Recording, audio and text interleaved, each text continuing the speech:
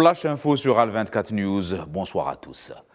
L'ambassadeur et représentant permanent de l'Algérie auprès des Nations Unies à Genève, Lazhar Soualem, a rappelé les pays membres de l'ONU ainsi que l'ensemble de ses organes négociables lors du dialogue interactif avec le haut-commissaire aux droits de l'homme dans le cadre de la 52e session du Conseil à la nécessité de respecter et de mettre en œuvre leurs engagements internationaux et à prendre leur entière responsabilité envers le peuple sahraoui sous occupation marocaine et ce en garantissant ses droits inaliénables.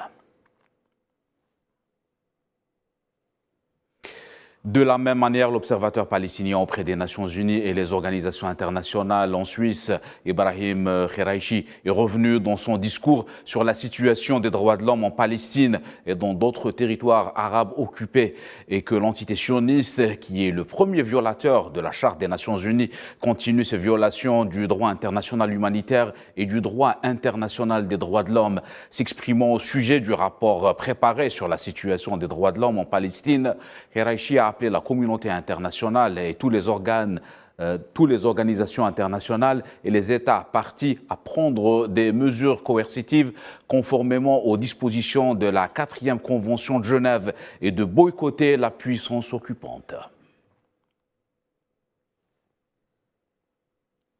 Palestine, toujours 6 États européens ont appelé le gouvernement d'occupation à revenir sur sa décision de légaliser les colonies israéliennes en Cisjordanie occupée. Dans un communiqué, les 6 États ont dénoncé la violence pratiquée par les gangs des colons contre les civils palestiniens, appelant à sanctionner les criminels et les condamner par voie judiciaire. Lors de sa rencontre avec le ministre des Affaires sociales, le président tunisien Kais Saied a estimé que l'invitation des personnes étrangères en Tunisie pour manifester est inacceptable, tout en indiquant que le syndicat des travailleurs est libre d'organiser des manifestations, mais il n'est pas libre d'inviter des étrangers à y participer, ce qui semble confirmer la décision des autorités d'empêcher un certain nombre de responsables syndicaux étrangers l'entrée au pays pour participer aux manifestations organisées par le syndicat des travailleurs. Les Nations Unies et leurs partenaires se réunissent à Doha, au Qatar, du 5 au 9 mars, à l'occasion de la conférence des pays les moins avancés PMA 5. L'objectif est de mettre en place un nouveau pacte en soutien aux pays dont la vulnérabilité ont été les plus exposés par la pandémie du Covid-19. Lors de la réunion préparatoire ce samedi, le secrétaire général de l'ONU, Antonio Guterres, a sévèrement critiqué le système économique mondial qu'il qualifie de global et d'injuste.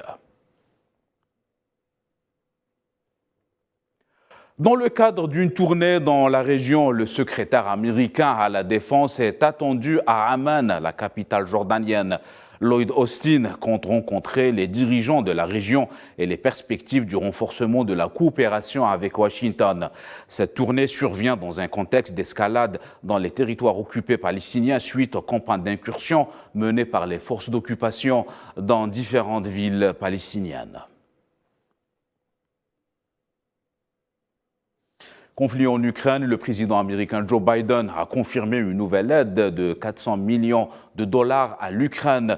En plus de cet appui financier, Washington annonce l'envoi de munitions, notamment pour les systèmes HIMARS utilisés par l'armée ukrainienne.